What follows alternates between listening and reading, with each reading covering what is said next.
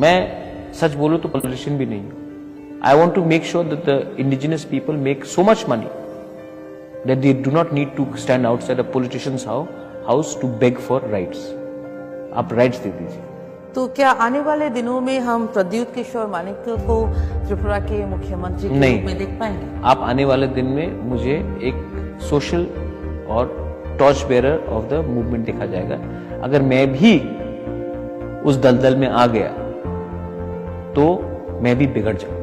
मैं सिस्टम को सफा करना चाहता हूं, मैं अच्छे लोगों को देना चाहता हूं, लेकिन जिस दिन मैंने कहा मुझे मुख्यमंत्री बनना है और मेरे लोगों को अधिकार नहीं मिला, उस दिन ये फाइट मेरा हो जाएगा. ये फाइट मेरा नहीं, उनका है. जब तक मैं उनके लिए फाइट करूंगा मैं रहूंगा. जिस दिन मैंने अपने लिए फाइट किया ना, मैं अकेला हो जाऊंगा. मैं ये बात भूलता नहीं. और मैं बुबागरा हूं, उनके दिल में हूं.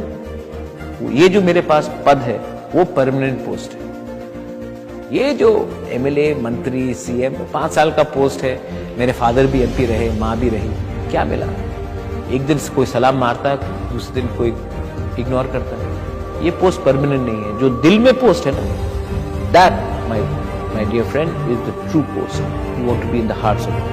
मेरे ख्याल से उस पोस्ट पे आप कायम हैं, क्योंकि आपके जो जनजाति के लोग हैं वो आपको और सर.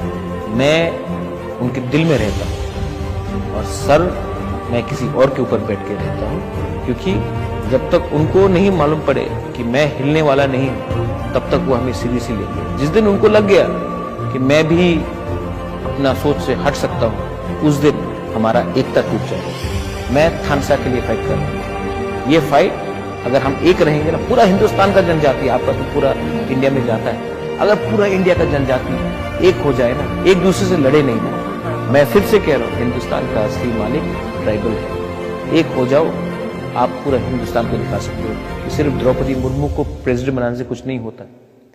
हमको और चाहिए, हमको अधिकार चाहिए.